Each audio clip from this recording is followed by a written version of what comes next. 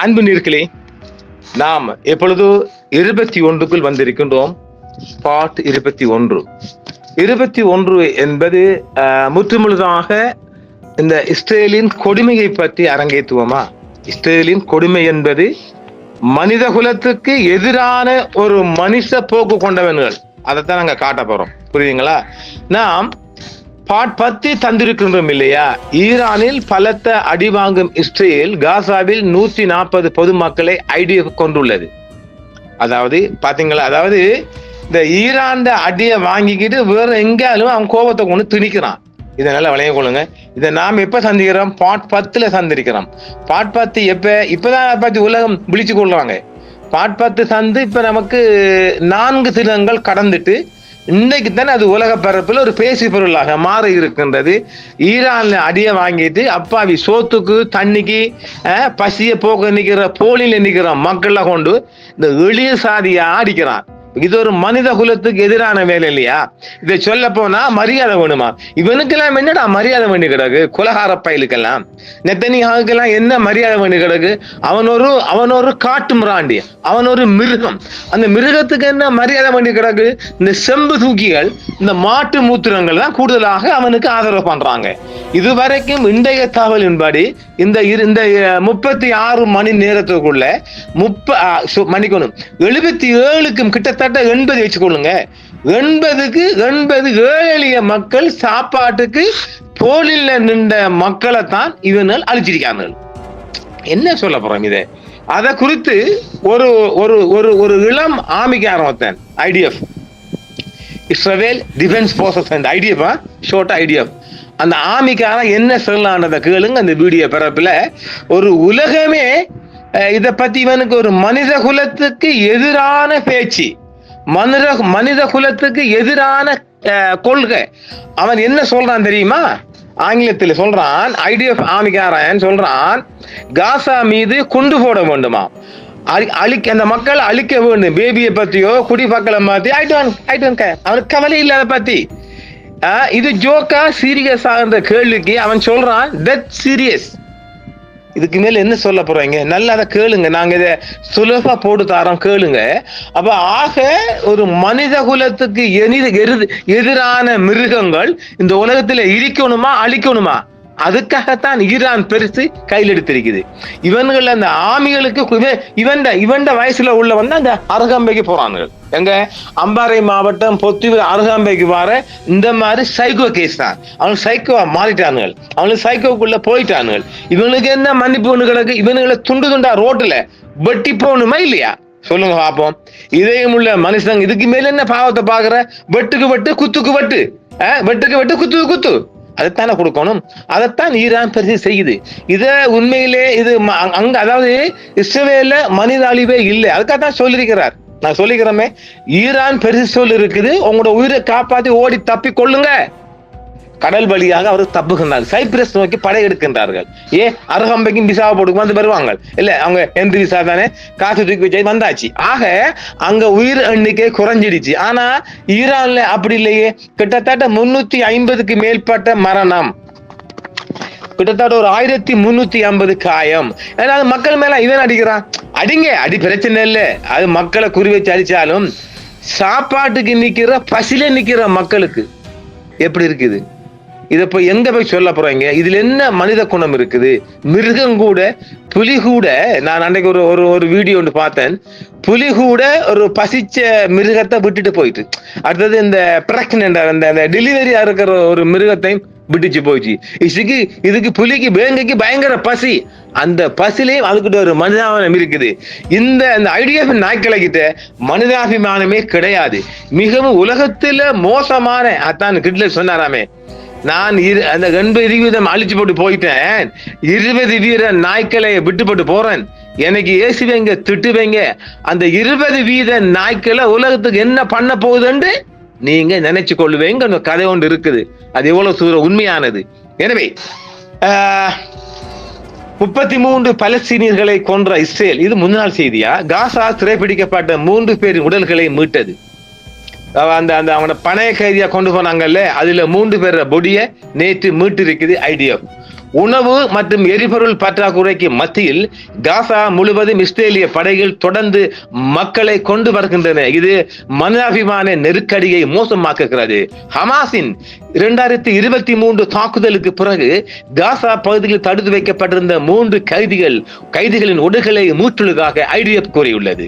முற்றுகையிடப்பட்ட பகுதியில் அதன் குண்டுவீச்சு மற்றும் தாக்குதல்களில் 30க்கும் மேற்பட்ட பலஸ்தீனியர்கள் கொல்லப்பட்டதாக மருத்துவமனை நேற்று தெரிவித்திருக்கின்றது. இன்றைய செய்திகளின்படி அது 77 கிட்டத்தட்ட 80க்கு போட்டுக்கொள்ளும் 77 பேராக அறிவித்துள்ளது. நேற்று ராணுவம் ஒரு சிறப்பு நடவடிக்கையில் காசாவிலிருந்து ஆப்ரா ஹைடர், யோனடான் ஷமரோனோ மற்றும் சிப்பாய் லெவிசன் ஆகியோரின் உடல்கள் மீட்கப்பட்டுள்ளதாக IDF தலைமை கூறியிருக்கின்றது. இஸ்ரேலிய தாக்குதலில் 26 கொல்லும் நிலையில் காசாவில் உதவி தேடுபவர்கள் தொடர்ந்து குறிவைக்கப்படுகிறார்கள். இஸ்ரேலிய தாக்குதல்கள் 26 பேரை கொல்லும் நிலையில் காசாவில் உதவி தேடுபவர்கள் தொடர்ந்தும் குறிவைக்கப்படுகிறார்கள். உதவி என்ன? உணவுக்காக போலில் நிற்கிற மக்கள், அதான் உதவி. குழந்தைகளுக்கு எதிரான கடுமையான மீறல்களுக்காக இஸ்ரேல் மீண்டும் ஐநாவின் தடுப்பு பட்டியலில் சேர்க்கப்பட்டுள்ளது. இஸ்ரேலின் காசாவின் நடவடிக்கைகள் ஐரோப்பிய ஒன்றியம் இஸ்ரேல் மனித உரிமைகள் ஒப்பந்தத்தை மீறக்கூடும். என்ன மனித உரிமை மீறல்? அக்டோபர் 7, 2023 அன்று அவர் கொலை செய்யப்பட்ட பின்னர் காசாவிற்கு கொண்டு செல்லப்பட்ட தனது 21 மகனின் உடல் இஸ்ரேலிய ராணுவத்தால் மீட்கப்பட்டதாக சமேரானாவின் தந்தை என்று அறிவித்திருக்கின்றார். இன்று காலை தெற்கு இஸ்ரேல் மீதான ஹமாஸ் தலைமையிலான தாக்குதலின் போது 1100க்கும் மேற்பட்டோர் கொல்லப்பட்டனர் மற்றும் சுமார் 250 பேர் சிறை வைக்கப்பட்டதாக இஸ்ரேலிய அதிகாரிகள் தெரிவித்தனர். அந்த கைதிகளில் குறைந்தது 50 பேர் காசாவில் உள்ளனர். அதுல பெஞ்சமின் மாம்சன் மகன் ஒருவன் இருக்கின்றானாமா. 20 பேர் இன்னும் உயிருடன் இருப்பதாக இஸ்ரேலிய ஊடகங்கள் தெரிவிக்கின்றன.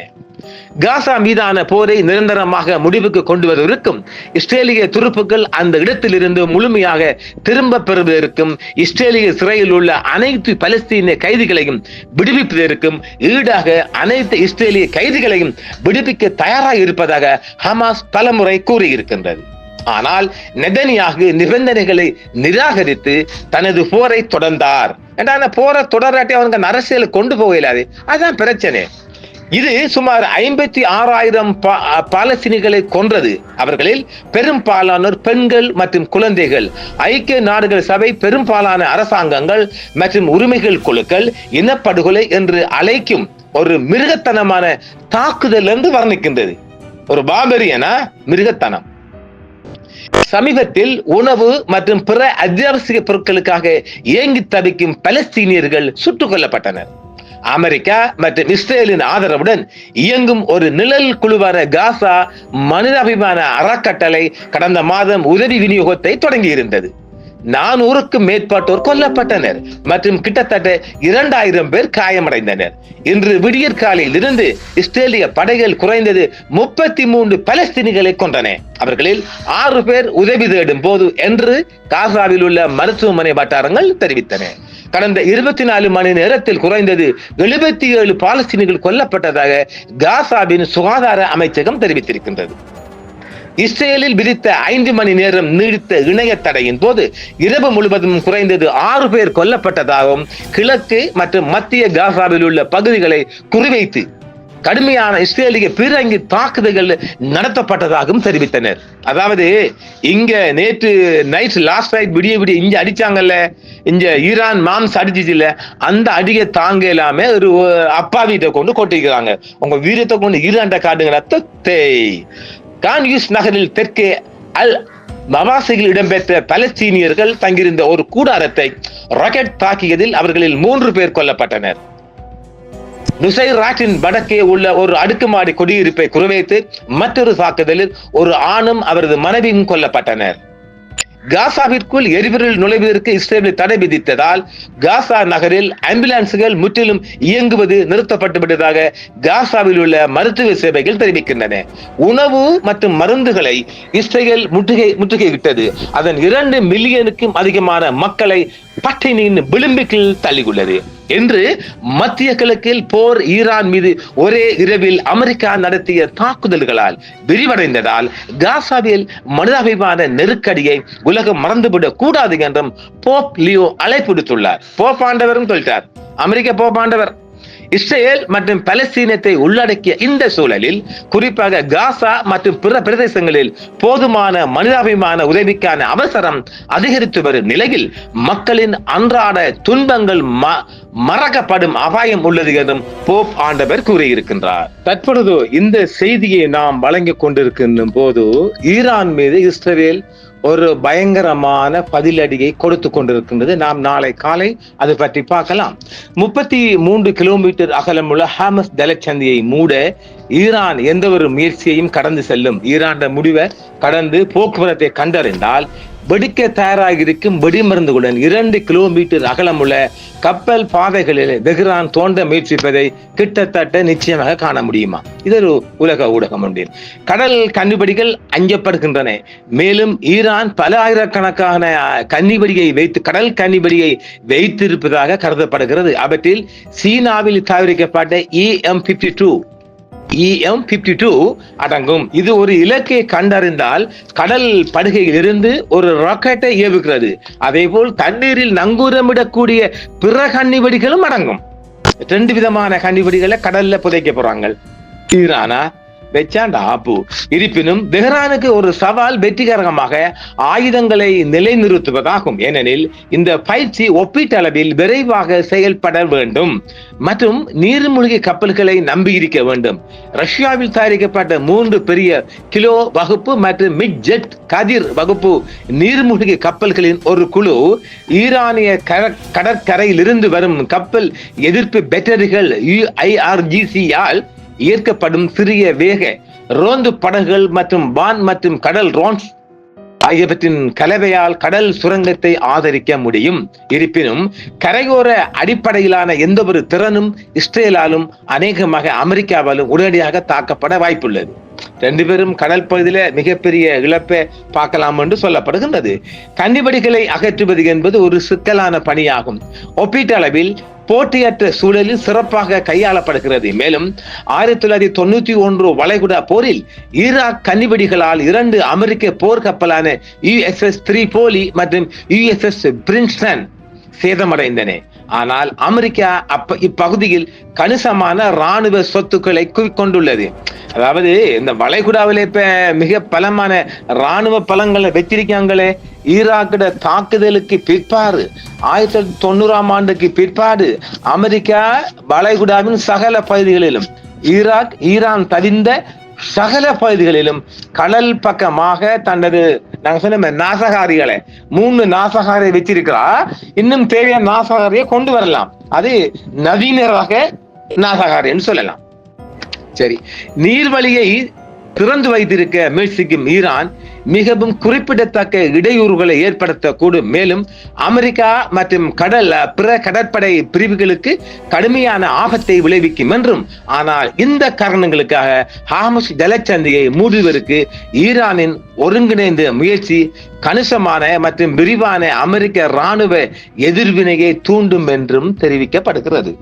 அதாவது நாமும் சொல்லிக்கிறோம் இல்ல, ஜலச்சந்தியை மூடுகின்ற போது சர்வதேச நெருக்கடிக்குள் ஈரான் சிக்கும். ஆனால் ஈரான் தன்னுடைய கடல் வலயத்தை ஜீசோனை தன்னுடைய கட்டுப்பாட்டுக்குள் வைத்திருக்குமானால் அது அஞ்சாது. நாம் சொல்லியிருக்கோம் இல்ல, வாழ்வா சாவாண்ட போராட்டம் என்றால் ஈரான் எந்த எல்லைக்கும் செல்லும். இதுல மாற்றுக்கிறதுக்கு இடம் இருக்குமா? இடம் இல்லை. இன்னொரு விடயம் வந்திருக்கின்றது இந்த செய்தி முடியும் தருவாயில. நேற்று முன்தினம் அமெரிக்கா இவங்களோட ஈரான் 3 அணு உலை நிலையங்களை அடிச்சாங்கல்ல, போர்டஸ், இஸ்பஹான், மத்த சிட்டி ஒரு 3 அடிச்சாங்கல்ல, பேர் ஞாபகம் இல்லை, வந்தா சொல்லிக்கிறேன். அதுல ஒரு மொசாட் ஒரு பயங்கர நரித்தந்திர மேல பார்த்திருக்கிறான். அதாவது ஈரான்ல ஒரு சிறை உண்டு. அந்த சிறை என்றால் யார் என்றால் அரசியல், அதாவது குறிப்பா சொல்ல போனால் மரண தண்டனை கைதிகளை பிடித்து வைத்திருக்கும் ஒரு சிட்டியை விட்டு கொஞ்சம் இப்ப கிளம்புல இருந்து நாங்க சொல்லுவோம் கடவத்தன்னு சொல்லுவோமா, அப்படி எடுத்துக்கொள்வோம். கடவத்த ஜாயில வெத்தல் அந்த மாதிரி ஒரு ஒதுக்குப்புற ஏரியாவில் கண்டுபிடிச்சு அந்த சிறைக்கு அந்த என்ட்ரன்ஸுக்கு, அந்த சிறையோட என்ட்ரன்ஸுக்கு ஒரு ட்ரோன்ஸ் அடிச்சிருக்கிறான். அந்த என்ட்ரன்ஸுக்குள்ள ட்ரோன்ஸ் அடிச்சா கேட் துறப்படும் இல்லையா, அத்தனை கைதிகளும் தப்பிக்கொள்ளலாம். அப்ப அந்த மரண தண்டனைக்கு யாரா அந்த கைதிகள் யாராக்கள்? இஸ்ரேலுக்கு ஆதரவானர்களும் ஈரானுக்கு எதிரானவர்களும். இப்ப அண்மை காலமாக பிடிப்பட்ட கைதிகளும் அங்க இருக்கிறாங்க. அப்படியானால் மொஷாட்டின் மிக முக்கியமான உளவாளிகள் மாட்டிக்கிட்டாங்க. அதை விடுவிக்கத்தான் ஒரு முயற்சி எடுக்கப்பட்டிருக்குது. மிக மிக பயங்கரமான மூவ் உண்டு. அந்த மூவை ஈரான் முறியடிச்சிருக்குது. ஆக அந்த சிறை காப்பாற்றப்பட்டிருக்கின்றது. இப்ப அவங்களுக்கு விளங்கி இருக்கும் இல்ல, இப்ப தூக்கமா தட்டபஞ்சாக்களை தட்டிருப்பாங்க. ஈரானுக்கு எதிர்ப்பானாக்கள், அதாவது அரசியல் ரீதியாகவும் இந்த என்னது உங்களோட பெண்கள் உடை என்னது பர்தா, இந்த பர்தா விடயத்திலும் அந்த ஊர்வல் அந்த என்னது அந்த பிக்கெட்டிங் செஞ்சவங்களும் கை செய்யப்பட்டிருப்பாங்க இல்லையா, அவங்கெல்லாம் அடைத்து வைக்கப்பட்ட அந்த சிறையத்தான் ஈரானின் ஒதுக்குப்புறமான ஓரளவு சிட்டி நெரோவில் இருக்கிற ஒரு மயிரிழையில் தப்பக்கூடியவாறு தான் அவங்க அநேகமா இருப்பாங்க. அவங்க அந்த சிறையை உடைக்கத்தான் இந்த இஸ்ரேல் பார்ட்டி பார்த்திருக்குது. முடியல, தப்பு இருக்கு. சில வேளை மிக முக்கியமான கைதிகள் கொல்லப்படவும் சில முக்கியமான கைதிகள் விடுதலை, அதாவது மாற்றப்படவும் வாய்ப்பு இருக்குது. எது எப்படி பார்த்தாலும் இஸ்ரேல்ல 3 இலக்குகளும் இன்னும் முடிவடையவில்லை என்பதையும் எமது நேர்கள் புரிந்து கொள்ள வேணும். இலக்கென்ன? பெருசா கொள்ள வேணும், ஆட்சி மாற்றம் செய்யணும், அங்கட யுரேனியத்தை கைப்பற்றணும். 1ஆம் இடம் தோல்வி பெற்றிருக்குது, யுரேனியம் கைப்பற்றப்படவில்லை. அது கிளப்பிடுச்சு. நாம சொல்லிருக்கிறோம் இல்ல, 200 அடி தாண்டி பூமிக்குள்ள இருக்குதான். எல்லாம் சொல்லாங்க அந்த லொரில கொண்டு போனேன், அதையெல்லாம் இது அறியாம இருப்பேன். அது இல்லை, ஏதோ அதாவது இந்த சேட்டலைட்டுக்கு கண் படாமல், அது இரவு வேளைகளில் கண் படாமல் கொஞ்சம் கொஞ்சமாக மூவ் ஆகிருக்கலாம். அது வளமையாக இந்த சீமெந்த ட்ரக் மாதிரி சில மூவ் ஆகிருக்கலாம்.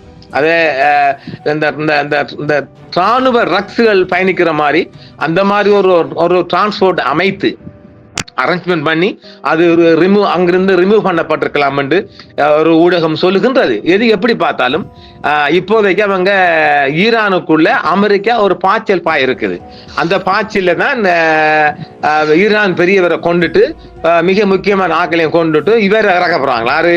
இந்த யூத நீக்கிறானே ஒரு அந்த என்னது ரசா பலாவி, அவன் இறக்க போறாங்களா? அவன் ஒரு யூதனா? அவன் யூதத்துக்கு மாறிட்டான். ஆதாரம் வச்சிருக்கிறான். அது நமக்கு இப்ப நேரம் அந்த காலங்கள் போதா இல்லையா, இந்த முக்கியமான செய்திகள் வந்தடைக்கின்ற போது சில செய்திகள் பின்னுக்கு போயிடுச்சு.